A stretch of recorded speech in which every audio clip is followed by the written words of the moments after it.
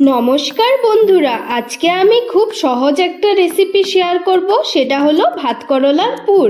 খুব কম উপকরণে ঘরোয়াভাবে বানানো এই রেসিপিটা কিন্তু খেতে দারুণ লাগে। তাহলে চলুন দেখে নেওয়া যাক কিভাবে বানাবেন এই ভাত করলার পুর। ভাত করলাগুলোকে আমি আগে হালকা করে চেঁচে উপরের শক্ত অংশটা ফেলে দিয়েছি। তারপর ভালো করে ধুয়ে নিয়ে দু পিস করে কেটে নিয়েছি। তারপর ভাত করলাগুলোকে আমি প্রেসার কুকারে দিয়ে দুটো সিটি দিয়ে সেদ্ধ করে নেব। এখানে আমি মুসুর ডাল নিয়েছি। এই রেসিপির জন্য মুসুর ডাল খুবই দরকার। আমি ডালটা 1 ঘন্টা আগে ভিজিয়ে রেখেছিলাম, এখন ভালো করে ভিজে গেছে।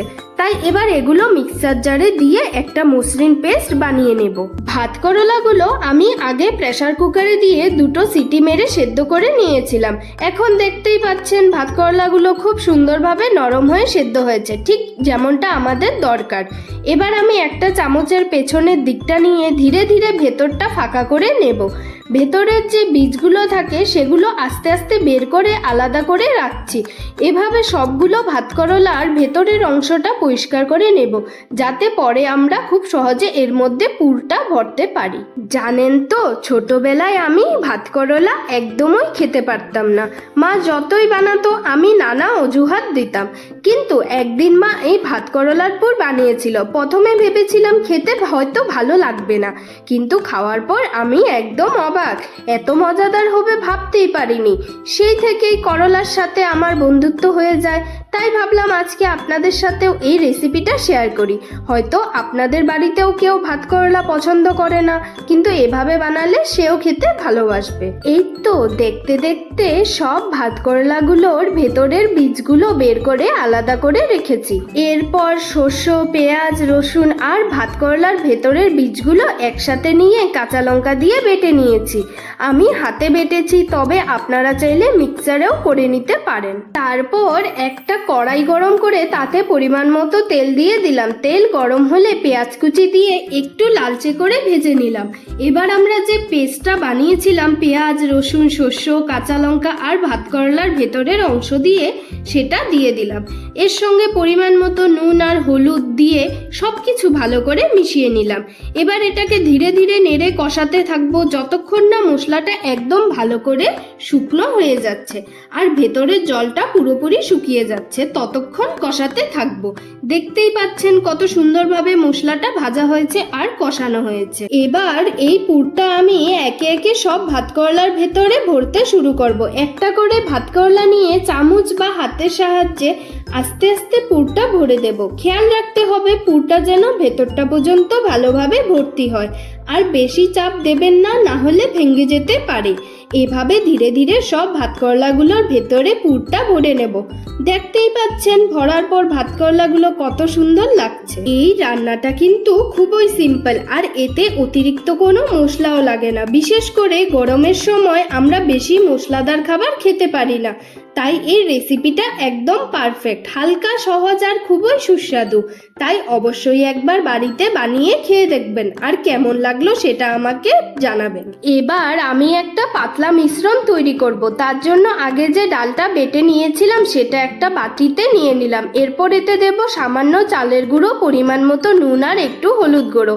তারপর অল্প অল্প করে জল দিয়ে ভালোভাবে মিশিয়ে একটা মসৃণ পাতলা ব্যাটার তৈরি করে নেব।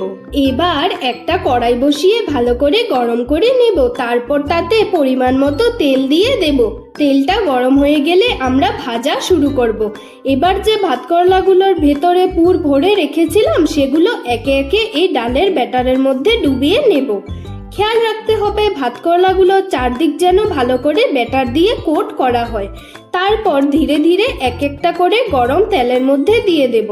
এভাবে সবগুলো ভাত করলা তেলে দিয়ে মাঝারি আঁচে ভাজতে থাকবো, যাতে বাইরে থেকে সুন্দর করে লালচে আর ক্রিস্পি হয়ে যায় আর ভেতরটা ঠিকভাবে রান্না হয়।